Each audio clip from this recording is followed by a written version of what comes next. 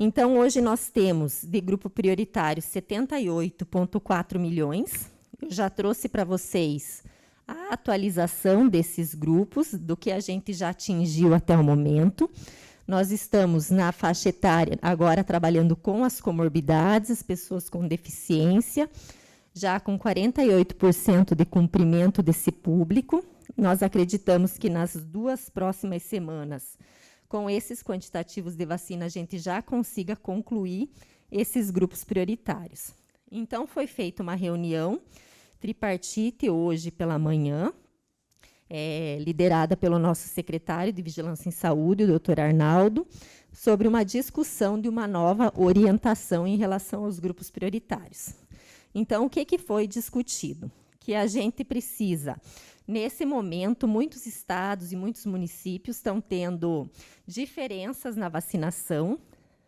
Nós temos muitos municípios que poderiam estar com as suas estimativas superestimadas. A gente trabalha com fonte de dados que podem trazer essa margem de erro e que já estão avançando no Plano Nacional de Operacionalização.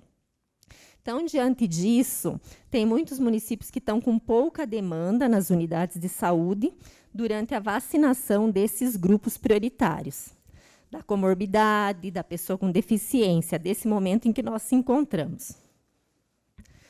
Então, o que ficou definido? Que a gente vai manter a vacinação dos grupos prioritários do 14 ao 17. Entende-se que a vacinação do grupo 14 ao 17 é o grupo de maior vulnerabilidade. Isso já é consenso, já foi discutido na Câmara Técnica, já tem um grande alinhamento. Mas, em paralelo, será trabalhado com o grupo de trabalhadores da educação, com um percentual a ser definido a cada quantitativo de vacinas entregues ao Ministério da Saúde. Trabalhou-se com isso, considerando, então, esse cenário de demanda reduzida. Eles são o grupo que são o próximo grupo a partir da população vulnerável para ser atendido. Existe um apelo muito grande em relação à volta às aulas. As crianças, elas precisam muitas vezes desse ambiente devido aos impactos sociais. Então, nesse momento, como a gente já está vacinando os grupos com maior vulnerabilidade, e acredita-se que consiga atingi-los nas 2 próximas semanas, já iniciaria-se um percentual para esse grupo de trabalhador da educação. Após a conclusão desses grupos, o que nós propusemos nessa reunião? Que a gente... Ai, não está passando.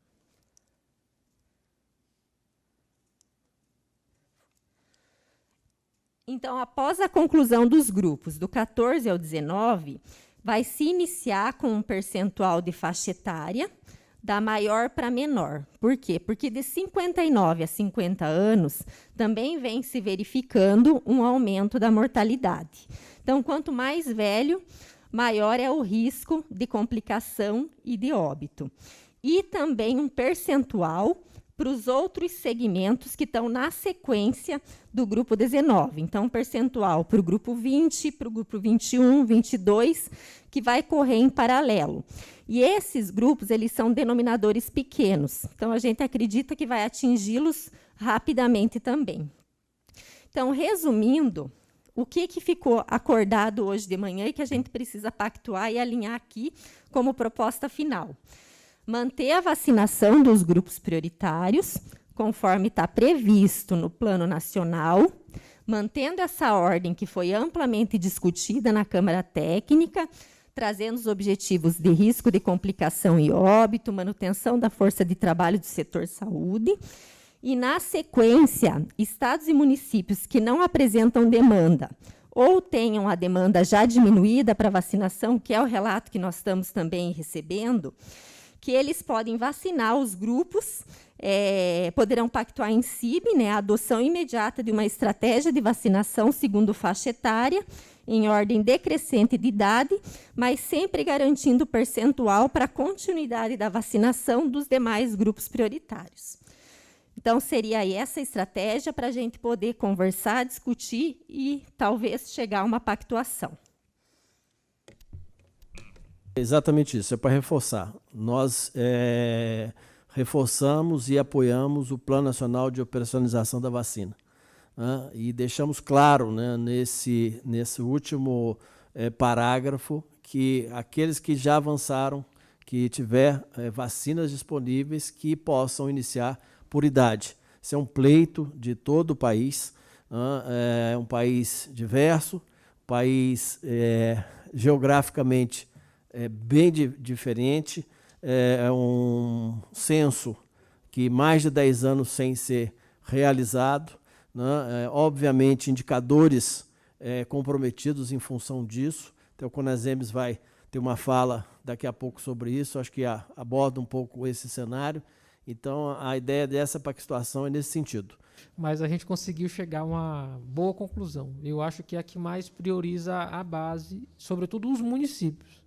Eu acho que a gente tem que ouvir muitos municípios nesse processo, porque a gente tem uma diversidade muito grande.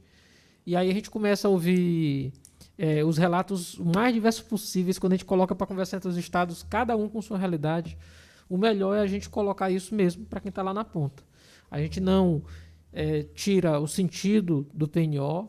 Eu acho que ele tem uma construção epidemiológica correta, mas, ao mesmo tempo, a gente não burocratiza demais o processo de vacinação, porque o que importa é a gente vacinar as pessoas. Então, eu fico desesperado quando eu escuto um secretário municipal me ligar dizendo: olha, eu não tenho mais comorbidade, não tem mais ninguém abaixo de 60, e agora, como é que eu faço?